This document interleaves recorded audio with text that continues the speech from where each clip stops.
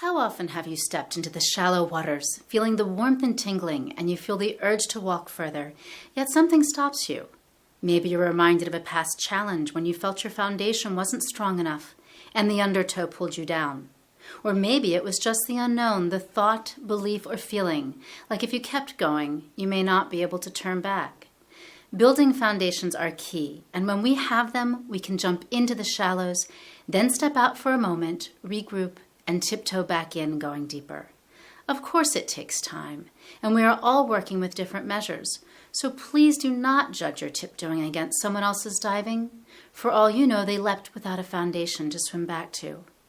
Our resilience doesn't always come from 100% confidence in solutions, but from the willingness and the ability to break down and to be okay with starting in the shallows, to process acceptance, and then to develop positive strategies. From this, we can bounce forward to a new reality and become more. Improving our resilience involves building our foundations. They are tremendously important. In a house, when it cracks or sinks, the house eventually loses value, deteriorates, and in worst-case scenarios, sinks or falls over. Now, people are no different. As long as there is some foundation, you can look up and keep moving. If you have no foundation, all you can do is go down, fall, or sink. So let's start with first steps in building your foundation, your why. What is your why? Well, it can be many things. It can be personal, professional, or both.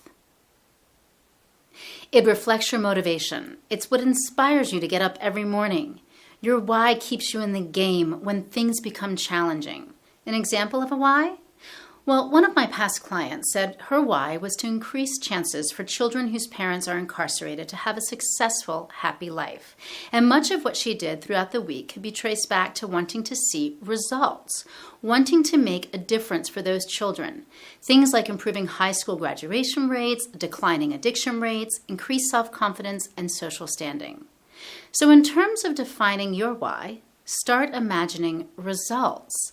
The results you want to see in your everyday life, the results you desire to be part of in their creation. And another way to look at this is the impact. So take a few moments, jot down the first 3 ideas that come to your mind when you think about the impact you want to make. It can be related to your family, your community, the team you work with, or even the world as a whole. Now, small, medium, or large, we have all made impact. So please be fair to yourself.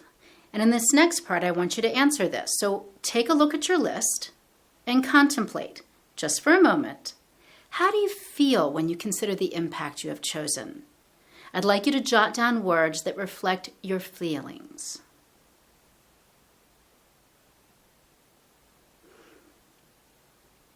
Okay, great. Now that we're back, for the next part of exploring your why, you must consider your how. Now back to my client. She had many hows.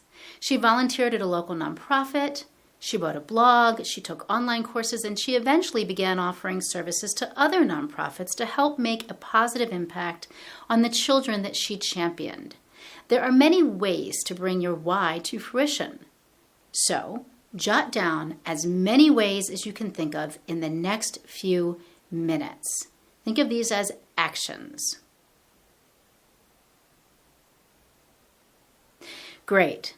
Now, for your why to be most powerful and meaningful, the action steps need to be in alignment with an intention.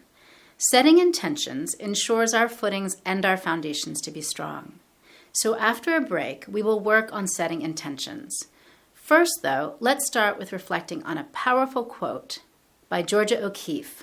I got 6 paintings from that shattered plate.